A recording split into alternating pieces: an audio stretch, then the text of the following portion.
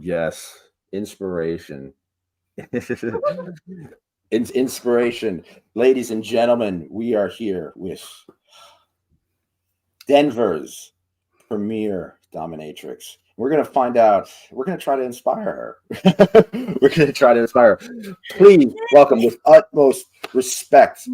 Please be respectful, be honest, be open, be true to yourself so you can be true to the world.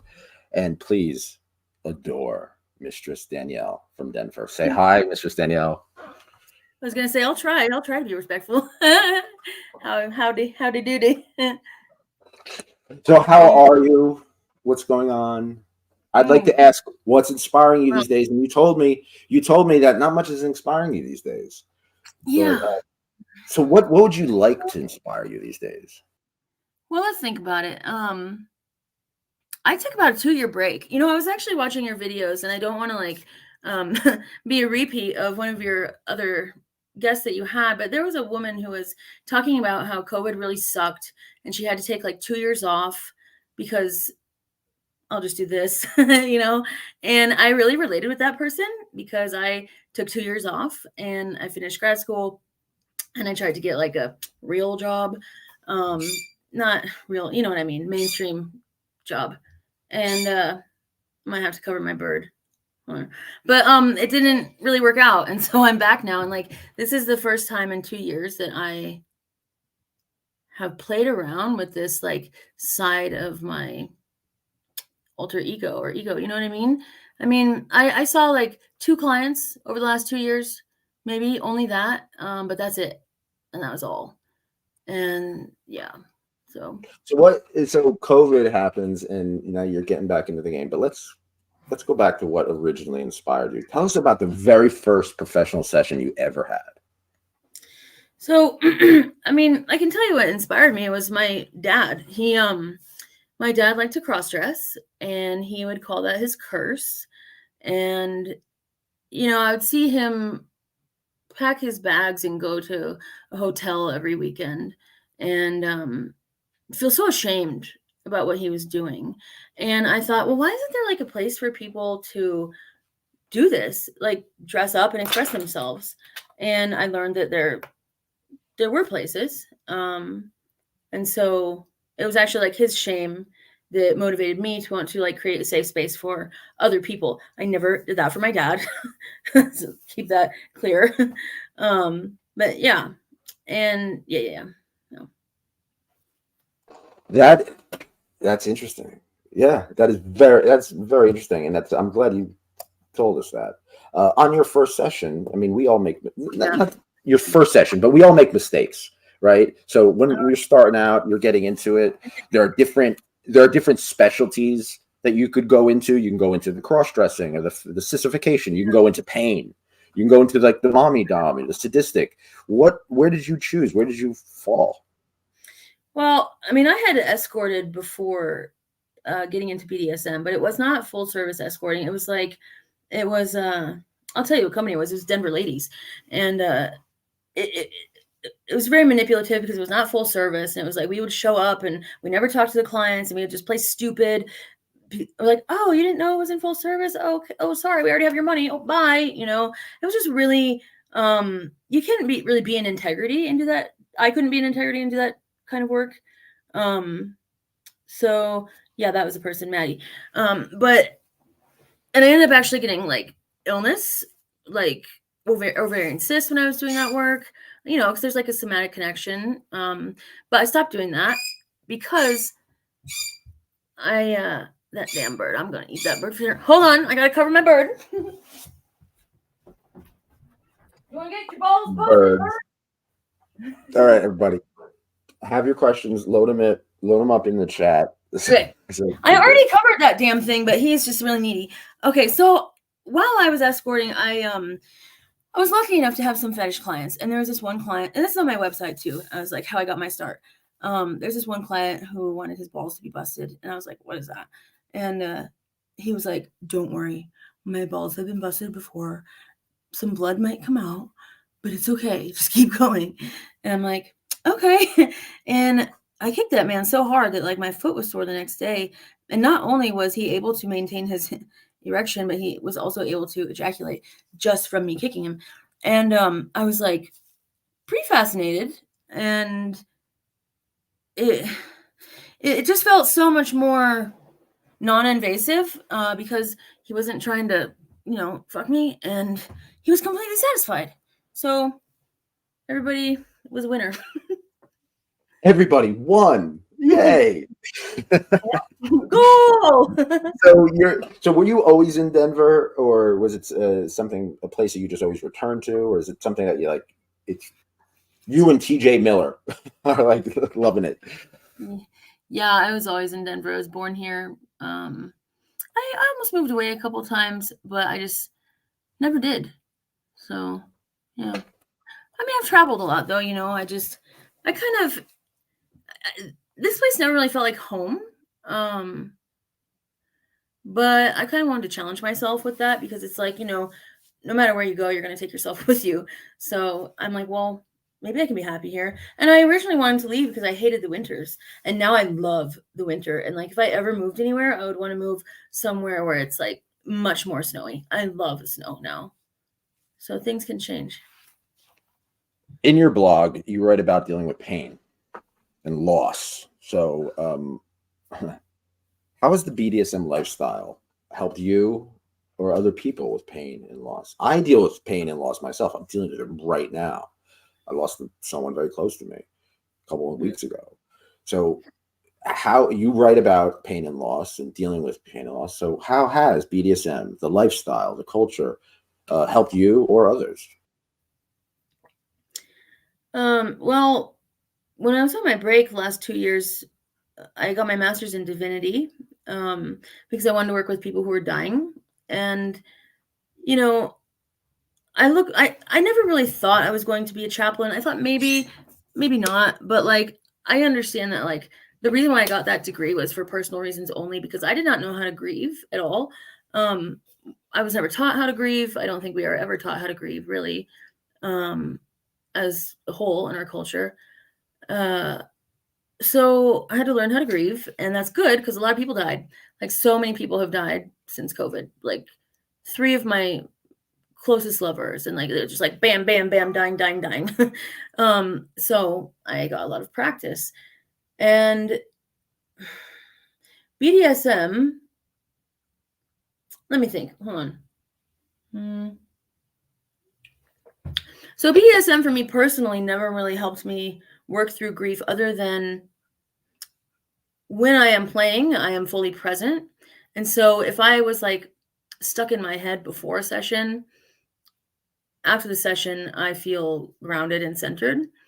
I don't ever like to play though, unless I can like fully show up. So if I was like in an active state of grieving, I would not session, because I believe in like the ethical responsibility that I have of showing up as somebody who can be the container for what comes up. And that is not like mine primarily, that's not my space. It's not my time. You know what I mean? So, but I will say that like sex work as a whole has been, just because there's so much free time, it's been great for my mental health. And I didn't really realize that until I tried to do other work. So that's what I'm realizing right now, like as we speak. And yeah. That is interesting that you say that. So you didn't realize that until you started doing other work. Please expand on that. I'm very interested. Well, let's see how much I want to out myself here. So I took a job with a government agency, and as the harm reduction case coordinator. So I was working with people who use drugs, and it was like a 9 to 5, but not 9 to 5. Like the hours were flexible. I was working more than 40 hours a week though. It was just a really toxic environment. Like, I coming into the toxic environment was looked at as like the fluffy hippie coming from Naropa. Like, she wants to make us talk about our feelings, and like, we're not going to do that. So I managed to last in that environment for like 10 months before I was pushed out, with some trauma and a discrimination case. So, but that being said, so I have autism, and what that experience made me realize when I put it next to like BDSM was that I've been doing pro dom stuff for like over a decade, and I asked myself, like, well, how come I could like flourish and thrive in that environment for so long, and my sensory stuff like wasn't bothered? Well, because I'm like literally controlling every sensory thing that comes in my environment. Like, I'm controlling where I am touched, what I smell, what I see, right? And so like I can set my own boundaries to respect my nervous system. Whereas like if I'm working in a job out there, there's no guarantee that I'm going to be given accommodations. It's probably going to be annoying for them when I ask. And so, yeah, this is why I'm like, everybody would say, oh, you can't do sex work forever. You can't do sex work forever. You have to have an out, blah, blah, blah.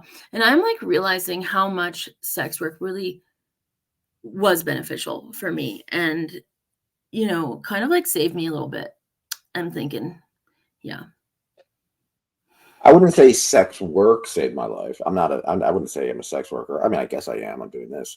But kink definitely saved my life. BDSM, sexual expression, the connection that I have with people, that kept me going through life. So let's let's lighten things up a bit. Let's talk about jerk off tax.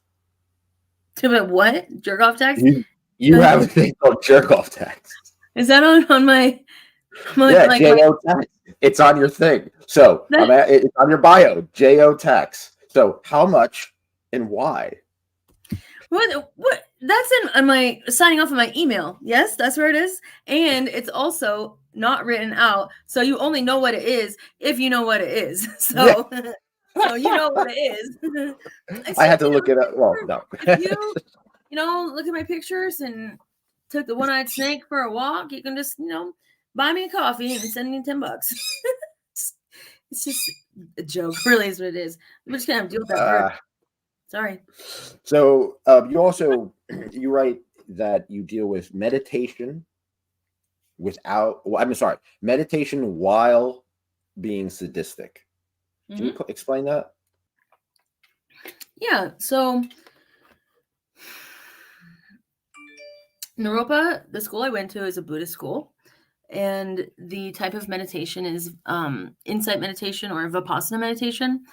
And there are a lot of similarities between Vipassana meditation and BDSM.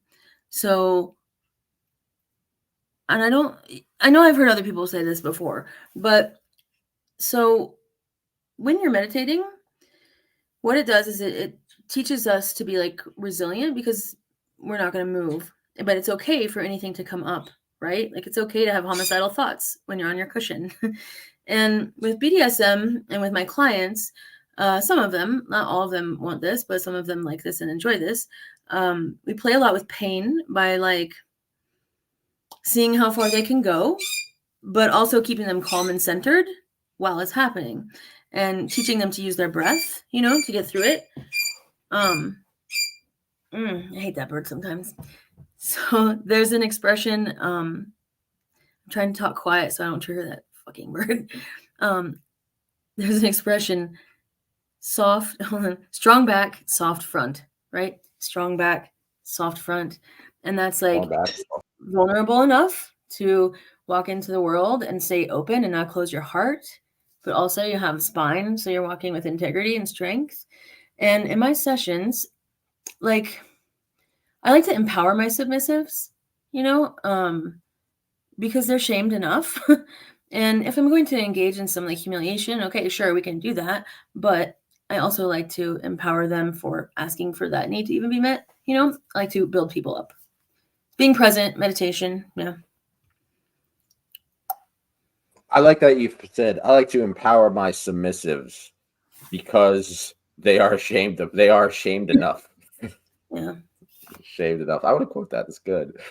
Stan, our friend Stan Vladimir asks, what advice would you give to people who are new to being a dom and how to improvise in sex?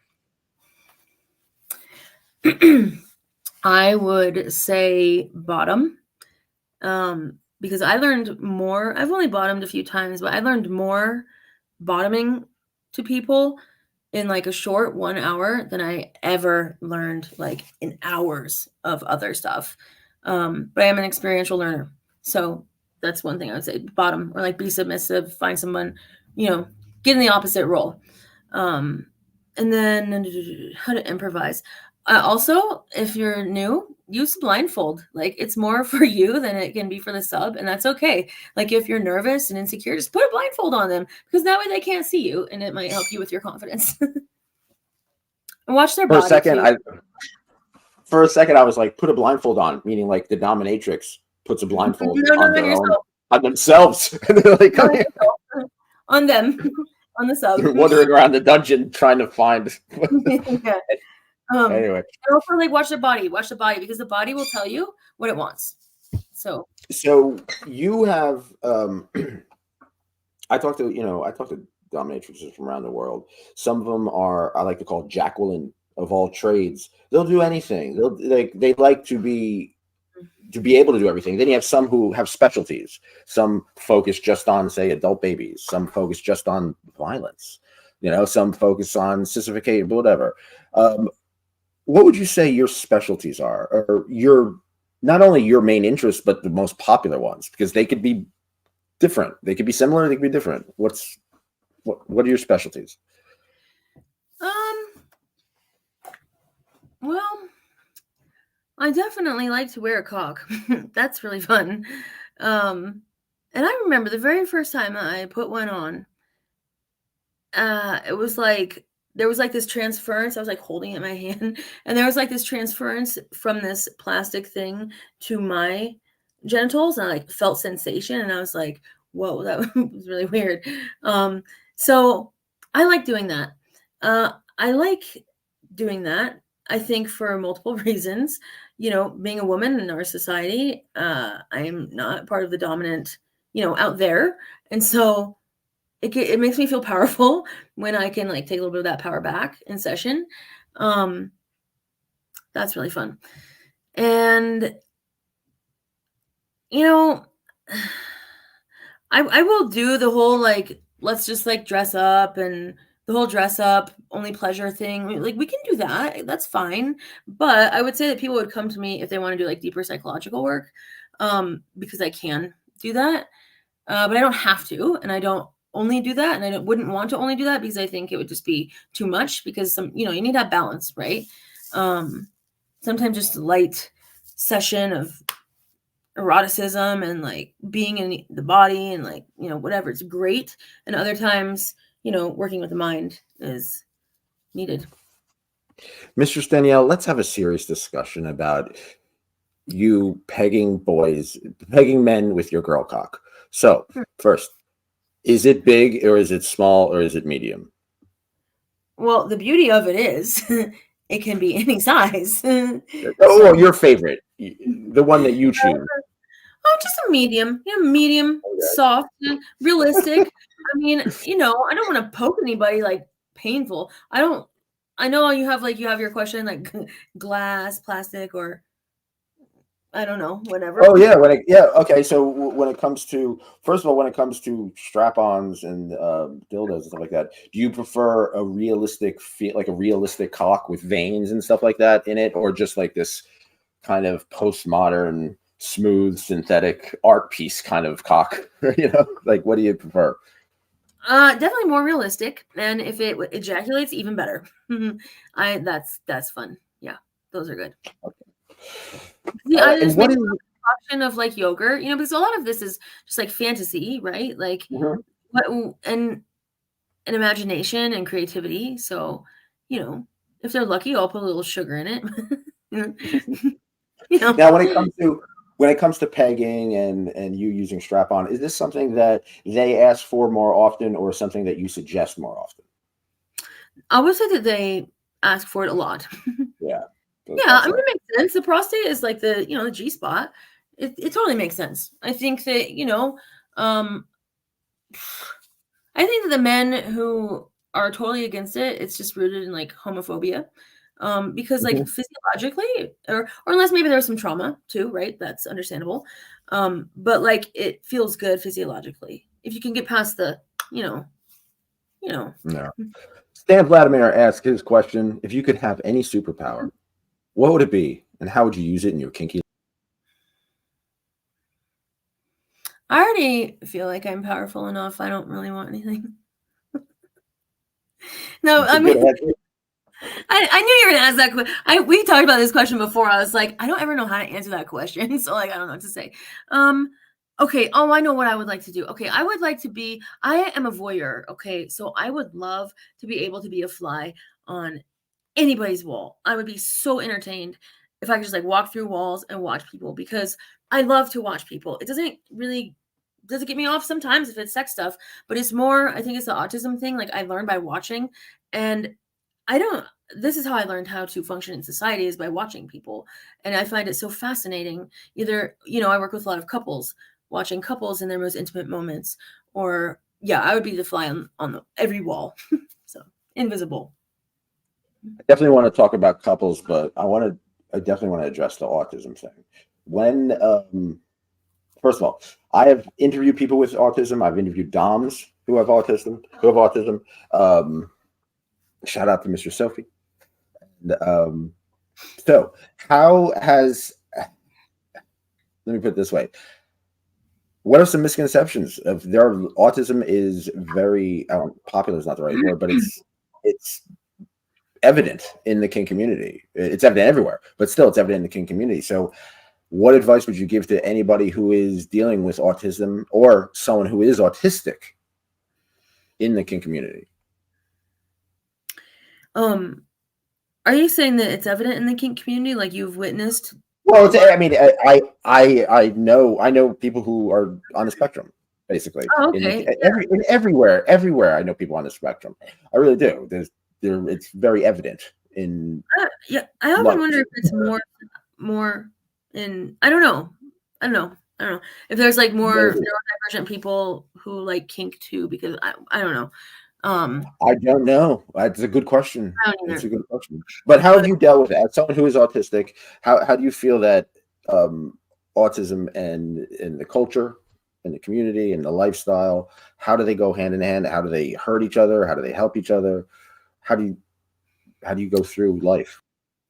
I mean, it's been hard. I didn't get a diagnosis until my early 30s. So like, but when I did, it was so many things made sense. Sorry, I thought I'd turn that off. So many things made sense, like from my childhood. Um, and I realized that like I've been masking my entire life. So, the thing that sucks is when I'll like tell people and then I'm met with the invalidation of, well, oh, but you don't look autistic or you can talk or you seem fine or da da da da. Da. Well, like I know how to mask. Like I've masked my entire life, you know. Um, but I kind of have stopped doing that a lot, in a very big way. And what has been what are the consequences of that?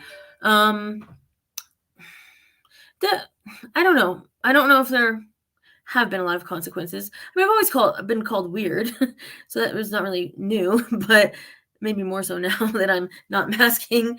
Um, you know, but advice, I don't really know if I would have much advice. The only reason I talk about it is it's not to like I hate drawing attention to myself, believe it or not. Like I danced, I stripped for one night. I do not like being on stage or crowds. Even though I acted as a kid, I would have panic attacks. I do not like drawing attention to myself. So when I do talk about it, it's not because I want to be like special or like stuff like that, but it's to normalize it and like break down the stigma. Right. So Yeah. So let's talk about couples. Couples is a you get mhm. couple clients, you do couples counseling, stuff like that. So tell what is a typical couple session like? Well, I love working with couples. And why do I love it? Well, because it takes it once again, like I don't like that this is weird. I don't like the attention on me. So like it gives me a break. I can like, displace some of that like, energy off. But besides that, I just like to help people grow. And it's usually just people coming to me who they usually have a fair bit of experience. Um, so they know mostly. They're not like totally clueless, although I'm open to that as well. And with those people, I usually just provide. They're a little scared to come in, so we do talk sessions. But I mean, it's anything. It's you know, the laws in Colorado are a little bit different. I know in like California, it's I can't talk about too much, but like creativity is there, and you know, I'm willing to lend a hand. Let's just say that. Did you ever meet a couple you thought you had like no hope for? You're like, oh, this relationship is just doomed. Yeah, I did, And and what they do you broke do with that? Oh, they broke. well, you know what Did you was tell them to break? Did you tell them to break up? You were like, your oh no. relationship is doomed. Oh no, oh no, no way. But one thing that did happen was okay, I was in the session with them, and it was a dual session with like a therapist. So I was like coming in with the therapist. Wait, You so know, wait, hold on, back up. You're a dominatrix with a couple, and they brought their therapist with them. I was actually brought in. So it was their therapist, and then I was brought in. Oh, oh, so they were having a therapy session. They brought in the dominatrix you Yep. for the set. Yeah, and Okay, that please, happens please. often. I'm sure it does. I'm But just trying so to paint a picture. That's all. yeah, totally. And okay, when I was coaching this couple, this is probably an autistic thing too. Like on the inside, I was like trying so hard to like not look disgusted by some of the things that the man was saying. And I'm totally masking. I'm totally being professional. I'm just like, okay, neutral, diplomatic. But afterward, he gave me the feedback. He was like, you were just absolutely disgusted with me. I could totally tell. And I was like, Right. I was like, whoops. Looks like I need to practice in front of the mirror a little bit more. All right. This brings me up. My imagination runs wild. What disgusts Mistress Danielle? Oh, it was okay. What disgusts me is dishonesty and like not taking accountability and like blaming other things for your shit. Like take responsibility and yeah. He's just being a little whiny, just whiny little bitch. Nice. It's good advice. Take responsibility, accountability. It's very important, especially in the kink community. Yeah. Definitely. Definitely. Okay, let's get dirty. We did the couples. What are the main hurdles for you when couples?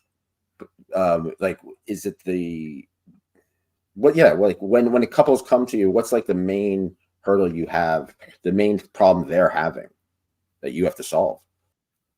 Well, luckily they've only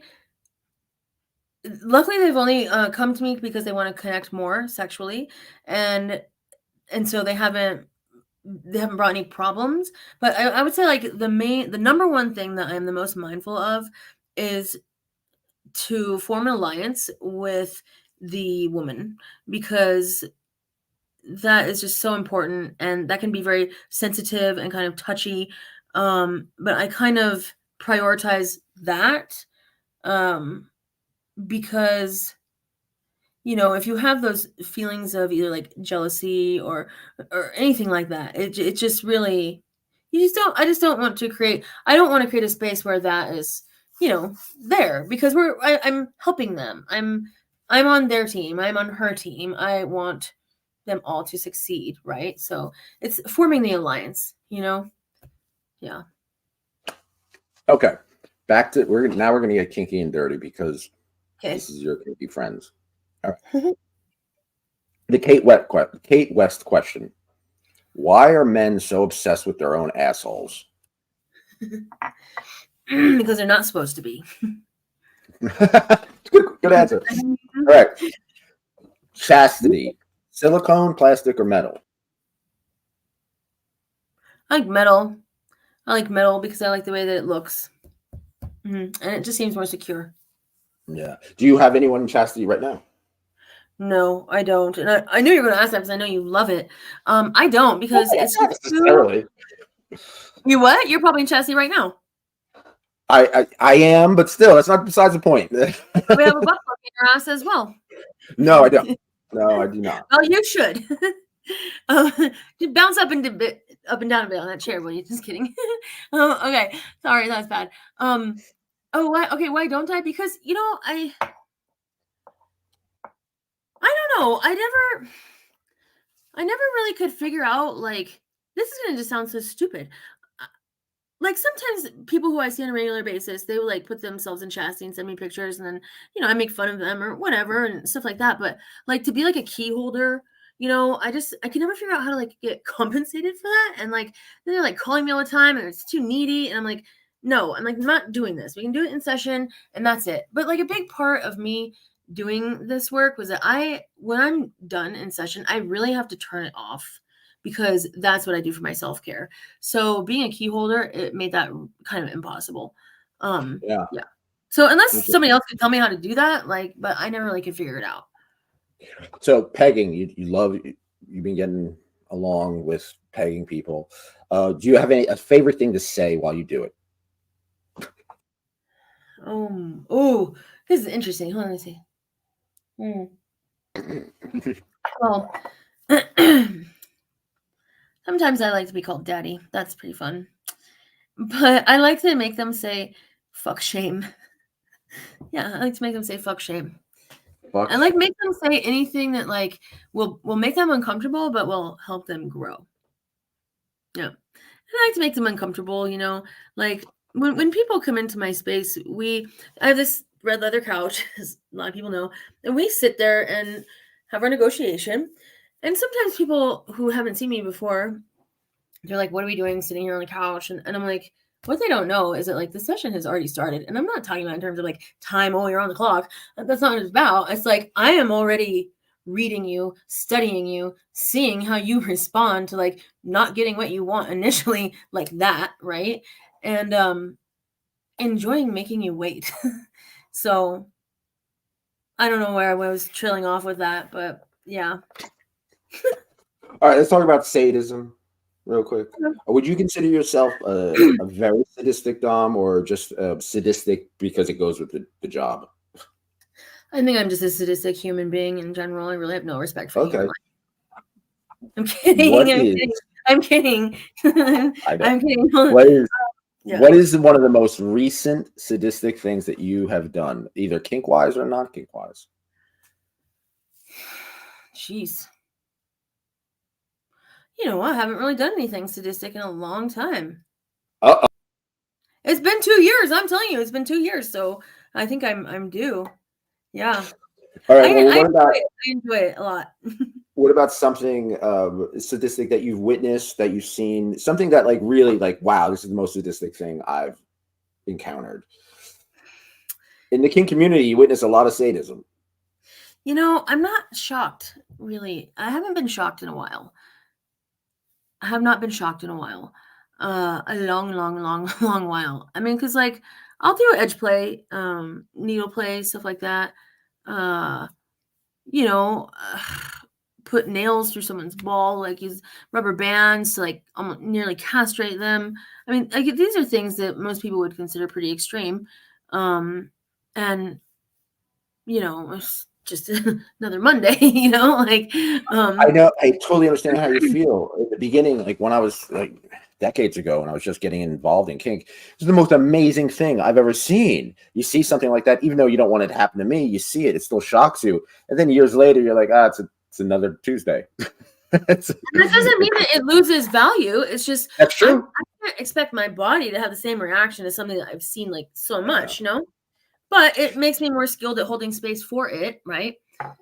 DL Joey asks, any experience or interest in ABDL? Yeah, I do. I have experience and interest, and I have no problem doing that. I enjoy it. I do. I had one person who was really into it, and he said he experienced a lot of shame from people within the kink community. And when we were in session, he was like, I would just love to see wearing that diaper. Of course, it was like a custom made diaper. It was like frills and all the stuff like that. I'm like, I'll put it on. I don't care. I'm gonna put it on. What? Who cares? And I don't know. Excuse me, I keep burping because I'm drinking coffee. Blow it in your face. I was doing that to one of my subs the other day. But like, I know a lot of mistresses would probably be like, oh, I would never do that because, wearing a diaper is like putting power.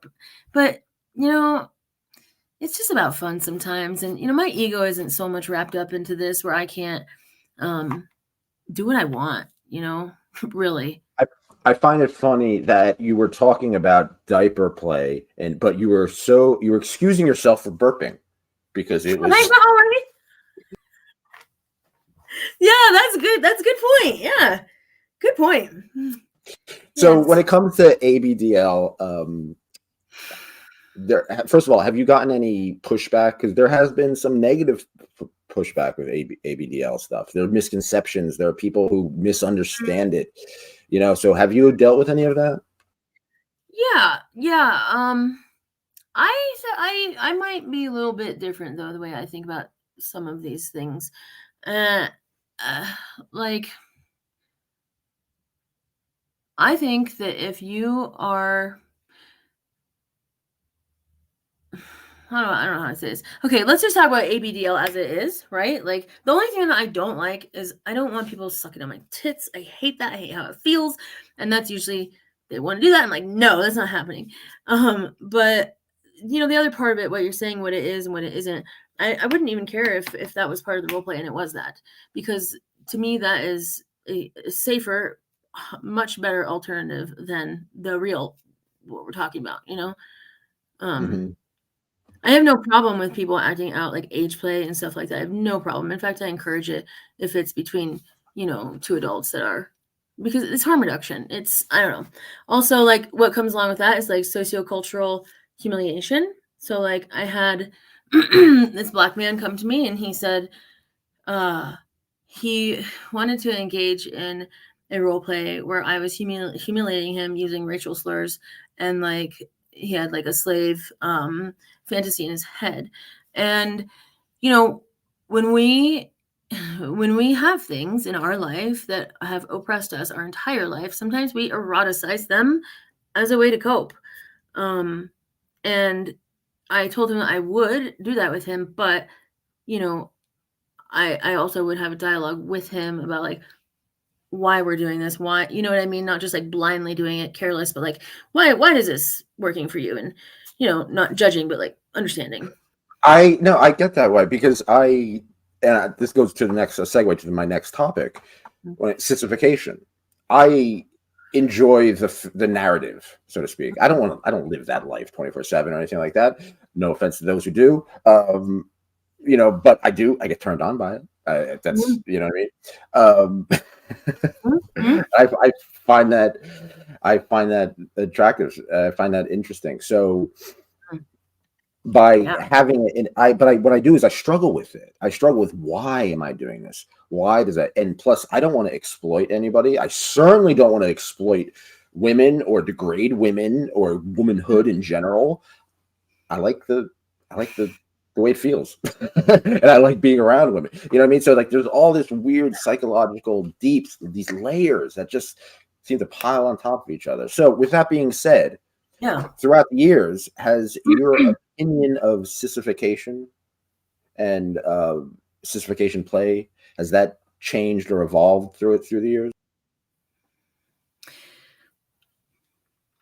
I kind of want to ask you a question. Can I ask you a question? Sure. Did you say you struggle with like knowing why, or like, do you feel well ashamed? Yeah, I want to know. Well, in the beginning, of course, like, shame is a part of kink, and then you kind of come out of that shell, you know what I mean? You're like, I'm proud to be kinky, you know what I mean? But I'm also dealing with, when it comes to that narrative, like the sissification narrative, I don't want to disrespect women in any way, shape, or form. You know what I mean? But yet I do enjoy this fetish. So that's what I struggle with. So how can I do this? How can I? And even the word sissification, my friend Mr. Shari and I, we want to kind of change that. We don't want to, because yes, there is the sissification aspect with humiliation and degradation. That's part of it, and that does turn people on. But there's also a bunch of people, cross-dressers and people who love femdom, who don't like the humiliation aspect of it. You know what I mean? And that's where I fall in. That's where I fall in more. So what do you want to change it to? What's the new term? What did you guys come up with? I don't know. You have any ideas? No, I don't. I don't. But that's another thing we're struggling with. Yeah, right. You said something that made me think, like, you don't want to offend women, and you know, for a short time throughout my career doing professional domination, I struggled continuing to do it because I realized that the one of the main reasons why it was so erotic and like such a turn on was because like women aren't in control, like, and I kind of felt like I was enabling like that belief, you know what I mean? Yeah, that stereotype, perpetuating it Yeah, and stuff like that. yeah. Yeah. But then, I got over that quickly. But I Yeah. did have to bring it up in therapy, my gay male therapist, and he was like, "You're the dominatrix. You just own it." Like, okay. So Stan has another question.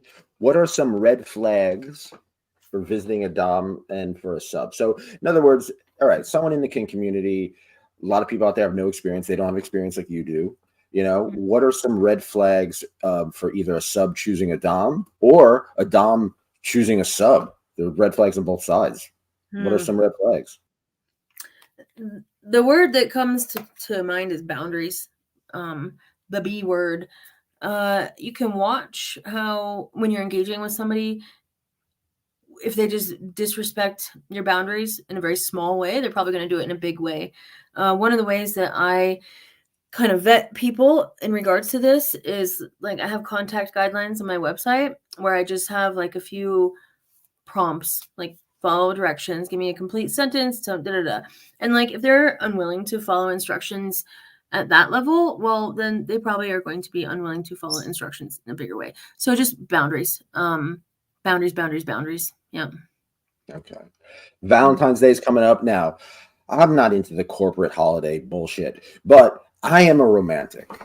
Every day is Valentine's Day. Every day is the 14th, right? Yeah. You Yeah. you teach couples, right? So what are some things I'm right. that couples can do? And this February's coming up. It doesn't necessarily have to be for Valentine's Day, but let's say someone watching this, they're a couple, or a couple's watching this, or they're in a relationship. What are some ideas that kinky ideas that we could do that maybe we haven't thought of? I think that if they're going out to dinner, they should probably add something to their body before they go. Definitely. Maybe something like has a belt and a vibrator, or like, some clamps or something that only they know, like a secret between them. So, the restaurant thing be like, hee hee, Yeah. I love that. That'd be fun. Public play. All right. All right. So let's role play fantasy. When it comes to role play and fantasies, do you specifically have a favorite one of yourself that you like to do? I mean, examples, sometimes there's the mother stepson, there's the nurse patient, there's the boss secretary or whatever. There's a million and one narratives, a million and one role play scenarios. What's your personal one that you personally like?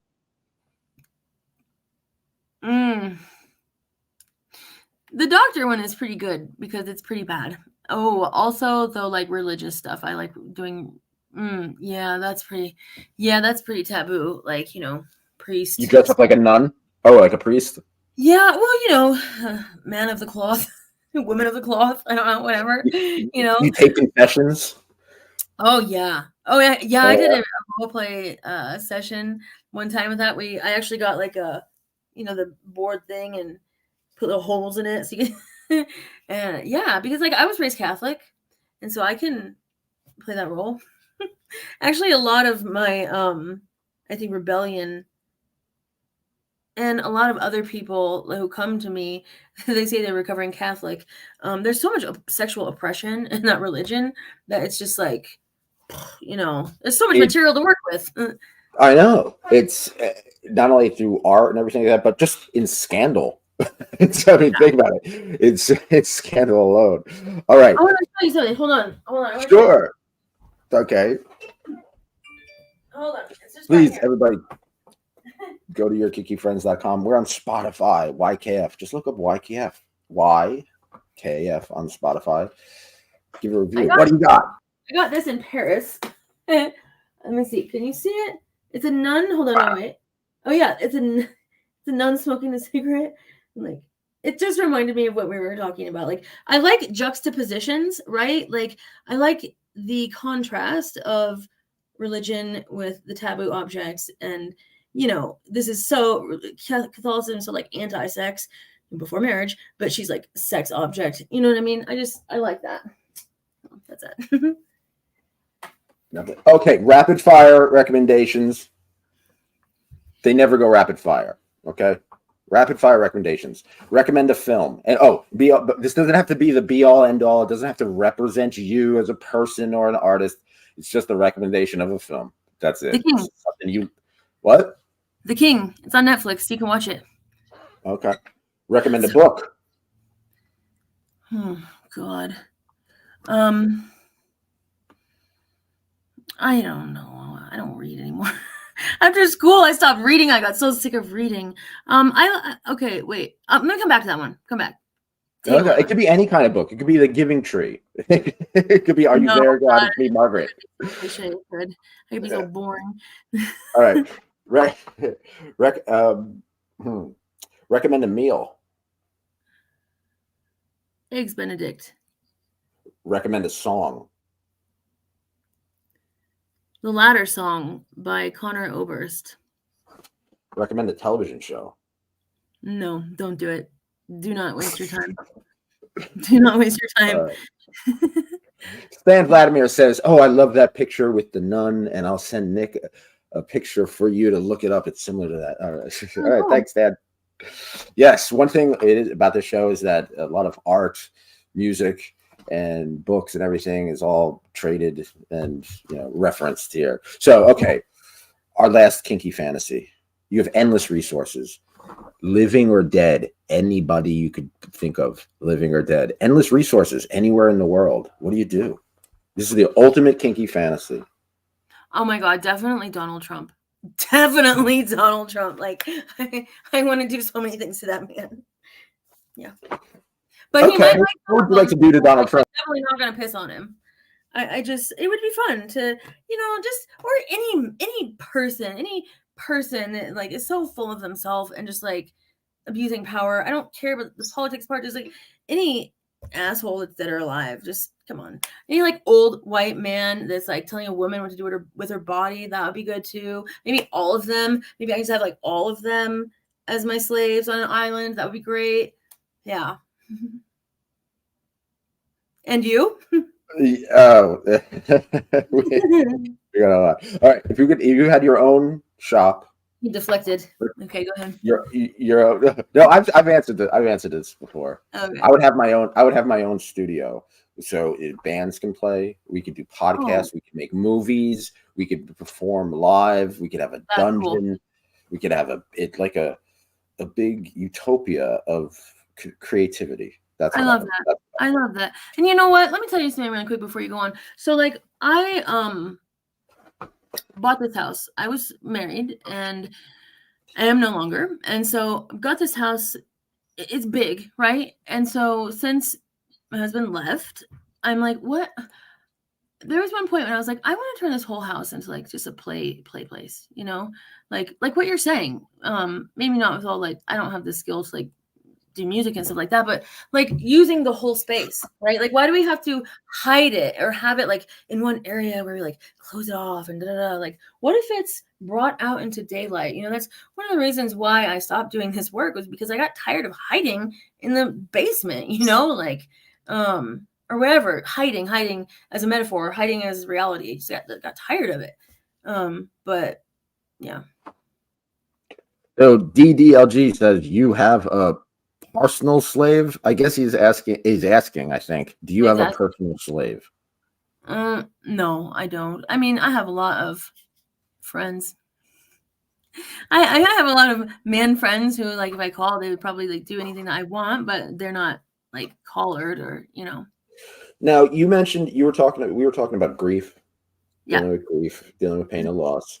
And you mentioned your divorce. A lot of people I know, including myself, have dealt with divorce and have found a kind of salvation, or at least try. to find a salvation in the kink community and stuff like that. So please tell us about, you don't without details or anything like that, but has the kink community, has the BDSM lifestyle helped you or changed your outlook on life and romance?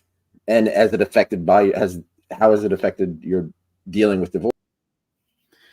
Well, in my personal relationships, we did not play very much at all. Like, you know, I was pretty satisfied with kink and BDSM in my professional life, that I didn't have a need or desire in my personal life. And the people who I dated didn't have that much of a desire either, that much, right? And so in the past, see, I've been doing this for so long, I've had like a few breakups, you know, over the last decade. What I would always do is after the breakup, I would pour myself into things that were fruitful, right? And BDSM, professional domination, was one of them. Now, this time, since I was on a break, I didn't have that. So I really didn't have that. And this breakup has been different than any that I've ever experienced, in the sense where I'm like, it's the first time in my life where like I cannot see being with anybody, you know, and that was like 2 years ago, maybe even a little bit longer. So yet to be discovered. I anticipate that once I get back into the swing of things and start doing sessions more regularly, that I'm going to be so thankful that that I'm being touched, you know. That was a big thing that my work did, was like, you know, just like soft touch, just like, you know, like tickle or whatever that I like dictate happen, you know, that I consider myself very lucky to be able to receive that, because I haven't been touched in months, you know. I could go out and have careless sex, but I don't want to. That's just boring, you know. It's boring. I just don't do that. Understood. All right. The word association game. I'm going to say a word or a phrase. You say the first thing that pops in your head. There's no wrong answer. Okay. So if I say chastity, you could say lock, right? Okay. But if I say, if you're thinking about eggs Benedict, if I say chastity, you could say eggs Benedict. There's no wrong answer. Okay. Okay. Okay. All right. You ready to go? I'm ready. All right. French maid outfits. Boring. Chastity. Nicholas. Okay. Feather duster. What did you say? I said feather duster. In your ass. Garter belts. Fun. Wax play. Ouch. Knife play. Red. Needle play. Fun. Strangulation. Strangulation? Yeah. Burn the evidence. Face slapping. Oh, yeah, fun. Very fun. Pegging. Duh. Sploshing. What is it? Sploshing. What's sploshing? You don't know like food, like really messy food. Yeah. Chocolate syrup. Yeah, I'm hungry. Okay. Yeah. All right. Where was I? Water sports or piss play. Oh my God. Let me tell you a little bit.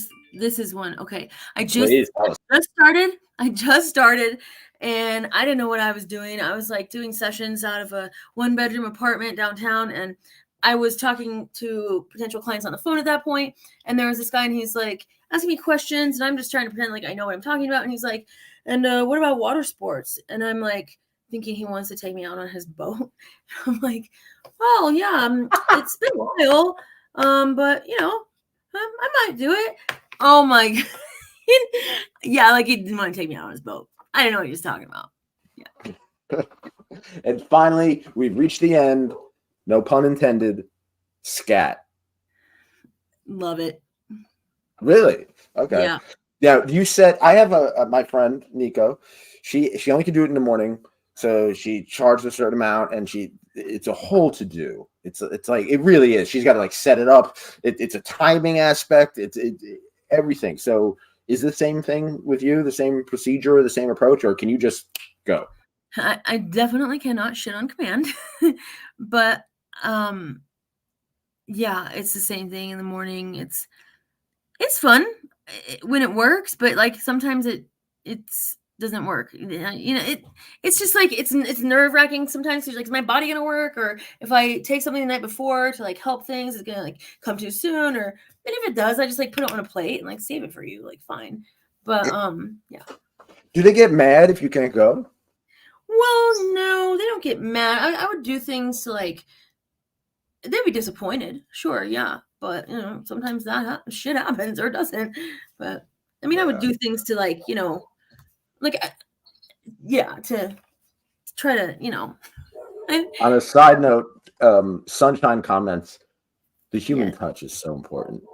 it is, Back to you. it is. Oh, Miss Danielle, please tell us, what would you like Denver to the scene out there? What would you like to see? If wishful thinking, good intentions, all of that stuff. What would you like to see happen in Denver? I mean, I think you might be asking the wrong person because I'm such an introvert and I don't really go out. And when I tried to get involved in the kink community, like like 6 years ago or 7 years ago, it was just like, oh god, I was so disappointed. It was so catty. It was so rah, rah, and I'm like, I am not wanting anything to do with that. I would like for the kink scene what I would like for any community, which is a safe space where people are non-judgmental and they're treating each other with respect and engaging in harm reduction and not being cunts. That's what I would like. Right on. Wise words. Wise words. And this guy, DDLG keeps on saying, you spit on the slave's face during the up session. So Yes. I guess he's asking, do you? Yes. Oh yeah, totally. Oh, of course. Absolutely. Yes. I'll hawk a loogie. Oh yeah. But they have to beg for it. They have to beg for it. You don't just get these golden nectar out of my mouth. That sounds like peas coming out of my mouth. You know what I mean? Never mind. Yeah, I know what you mean. So, Yeah. Mistress Danielle, what is next? What can we expect from you, and how can we support you? How can we? You're an introvert in this wild community. How can we find you? How can we find? You can find me on my website. You can contact me through there. My email address is there. And I don't know what I'm doing. I don't know what you can expect from me. I want to get back into doing sessions, but it's been hard to actually get back into doing it. Yeah, that's because it's a new space, like I moved and I'm not comfortable in it yet. So it's be patient. That's all I will ask is be patient. I'm coming. And just like any other session, anticipation is very important. It's all. Yeah. So we must anticipate Mistress Danielle's rise in the Denver community. Thank you so much, Mistress Danielle. Stay on the line real quick. We'll talk. Everybody out there, go support kinky people around you. Seriously, go support it. Oh, we got one more question. Stan Vladimir, what kind of music do you use in sessions, and what clothing do you prefer? That's good question. Thanks, Stan. I love this question. The music is so important for me. I use, gosh, I wouldn't even know what to say because it's not like radio songs. But I'll create playlists from stuff on YouTube. At the end, though, during aftercare, I always switch it to, excuse me, piano music. So like Ludovico Eonaudi or like Helen Jane Long, just slow piano because a lot of times people finish and they want to like get up and go and like, no, you don't get to. Endings are important. So I make them lay there and like receive some light touch and it just, the transition and clothing, that depends. I like to be comfortable, right? So lingerie, and like I like bodysuits too because they're like tight and comforting. But I really love CF&M, clothes female nude male. So like something that's like super tight and revealing shape wise, but not skin wise. I love that. That's fun. Mm-hmm. Thanks for asking. Thank you. Yes, thank you, Stan. Thank you very much. Everybody, please support your kinky friends. We have a Patreon. support that. We will have content up there. We have plans. Nico and I have plans. Shout out to Nico Noir. Stan Vladimir says, "Have a wonderful evening, Miss Danielle." You too. Mistress Danielle, thank you so much. Like I said, Yeah. follow me on Twitter, Nicholas Tanek. Buy my books, The Coolest Way to Kill Yourself, Chip Black Nail Polish, and Your Kinky Friends. They're books. We're on Spotify. We're on YouTube. We're all over the place. Just support your local kink community. Support Mistress Danielle. And with that being said, everybody, have a great week. Have a great year. And remember the cardinal rule: be cool, be kind, and keep an open mind. Take care. Thank you.